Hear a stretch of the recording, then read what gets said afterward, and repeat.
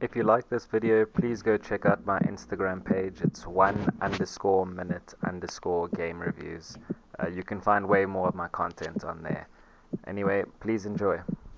Mysterium is a cooperative board game designed by Alexander Nevsky and Oleg Sidorenko. It blends aspects of murder mystery games and card-based guessing games, so it's sort of like Super Cluedo. One person plays as a murdered ghost who can communicate with the other players only through a series of visions in the form of illustrated cards. The other players take on the role of the psychics trying to solve the murder. The game can be played with up to 7 players in total. The amount of players and what difficulty you decide to play on will affect certain rules in the game. Once the board has been set up, each player is required to put their character token at the beginning of the board, and the game clock has to be turned to 1. While setting up the game, you would have given the ghost a killer, place, and weapon for each psychic playing the game. The psychics must now use the vision cards the ghost has given them to help them find a suspect. You have 2 minutes to show your vision cards to other players and discuss what you think each one could mean. During this time, you can also use your clairvoyance tokens if you think players have guessed right or wrong. If you guess right, your clairvoyance will increase. I'll explain this a bit later. Once players have figured out their suspect, they must move the clock up a space, then repeat the process to find their place, then their weapon.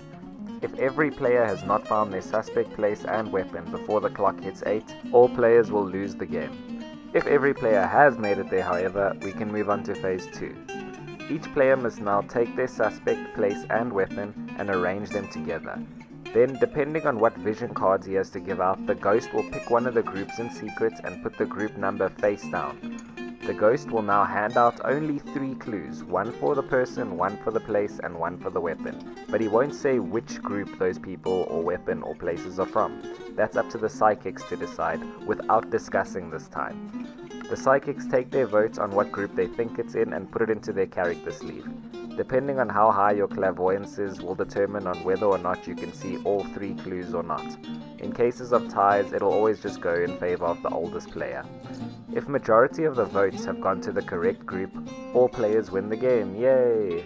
Yes, that's right, you win or lose together in this game. That could rub some people the wrong way. Personally, I don't really mind it. Overall, it's a really fun game, and there are some expansion packs out there if you start to memorize the vision cards and it gets too easy.